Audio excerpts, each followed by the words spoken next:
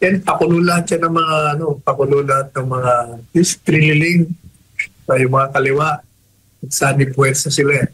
Talagang gusto nilang pabagsakin grupo ng mga Duterte sapagkat yun ang nagiging sagabal sa mga kalukuhan nila, yung mga plano nila rito sa ating bansa.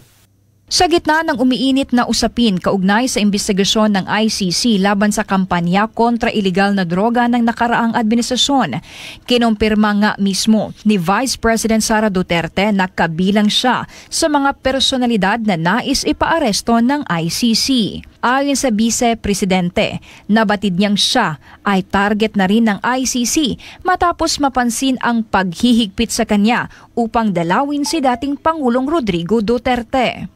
Sa panig naman ni dating Presidential Chief Legal Counsel, Attorney Salvador Panelo, hindi na umano nakakagulat ang pagkakabilang ni VP Sara sa listahan. Giit ni Panelo, malinaw umano na ang lahat ng ito ay bahagi ng mas malawak na estratehiya ng mga makakaliwang grupo at ng ilang dayuhang interes na matagal nang nagbabalak pabagsakin ang pamilya Duterte at ang kanilang mga malalapit na kaalyado sa pamahalaan. Matagal na naman nating alam yun na yung mga andyan sa gustong arrestuin, kasama dyan si Inday, diba? Months ago na yan si Bato, General Danao, Aldayalde, talagang yan, pakulo lahat yan ng mga, pakulo lahat ng mga trililing, yung mga kaliwa, saan puwersa sila.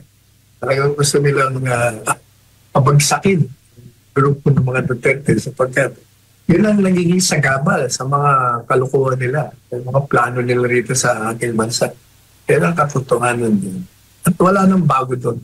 Ang malaking tanong ngayon ayon kay Panelo ay kung makikipagtulungan ba ang gobyerno ng Pilipinas sa ICC sa pagpapatupad ng mga warrant of arrest laban sa pangalawang Pangulo.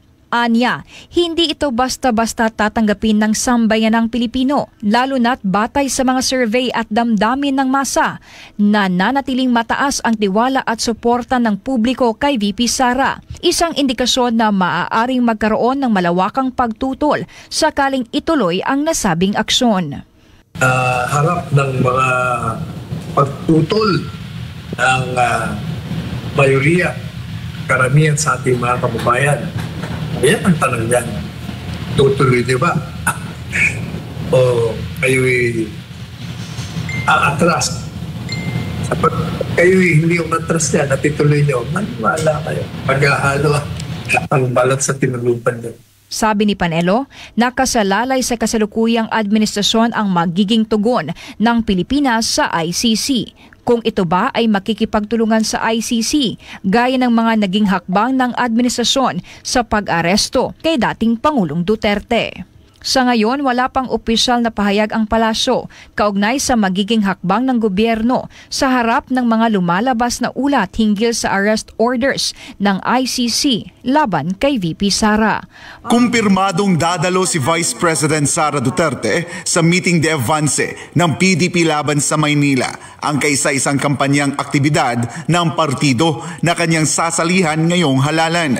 Ayon kay VP Sara, nakumpleto na ang kanyang campaign schedule nang magpasya siyang sumuporta sa mga senatorial candidates ng Duterte kasunod ng kontrobersyal na pagka-aresto at pagdadala kay dating Pangulong Rodrigo Duterte sa The Hague, Netherlands.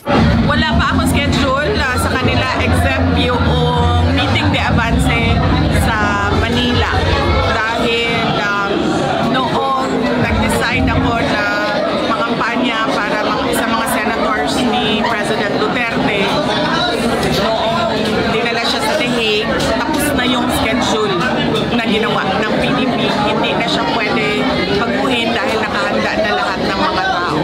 So ang napag-usapan namin ng Secretary General ng PDP, si Attorney Wendell Avisado, is that doon ako sa meeting de avance sa Sali.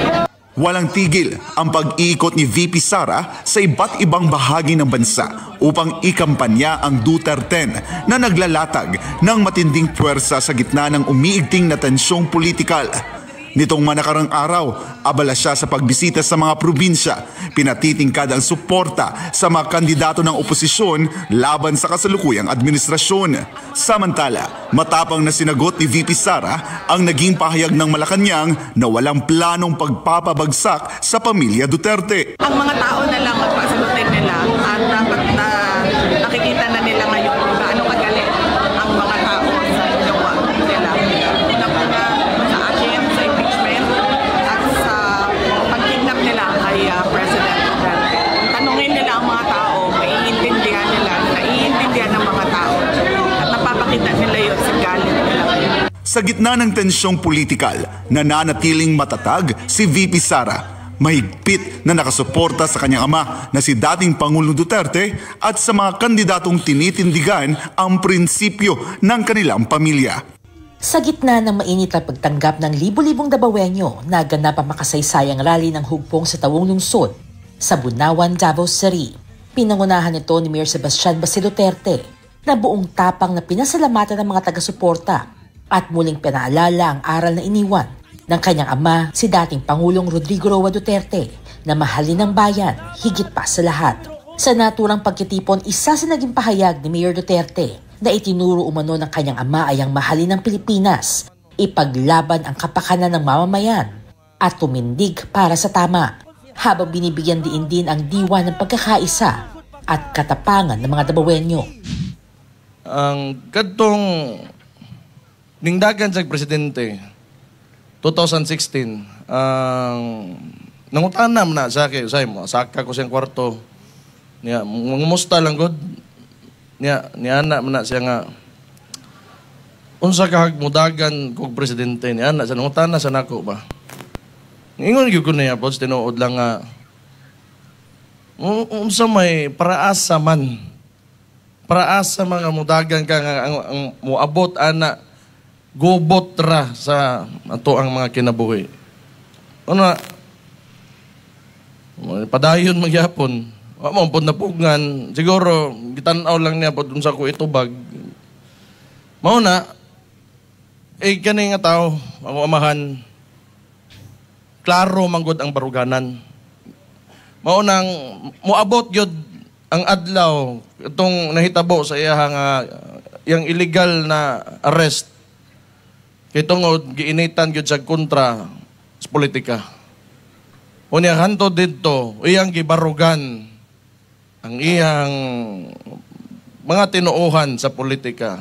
Karon tuwa siya sa ICC sa Hague sa Netherlands. Pero kay ba mo wa man sa diri karon. Pero ako malipayon ko ngano man nahimo siyang presidente, wa na sa ron, tuwa dito, wa man sa napriso, detained, unya, napasay trial, karon September. Pero isa gyud ako nahibaw-an, natudloan gyud niya ang Pilipino nga mugugma pa gyud og samot sa iyahang nasod.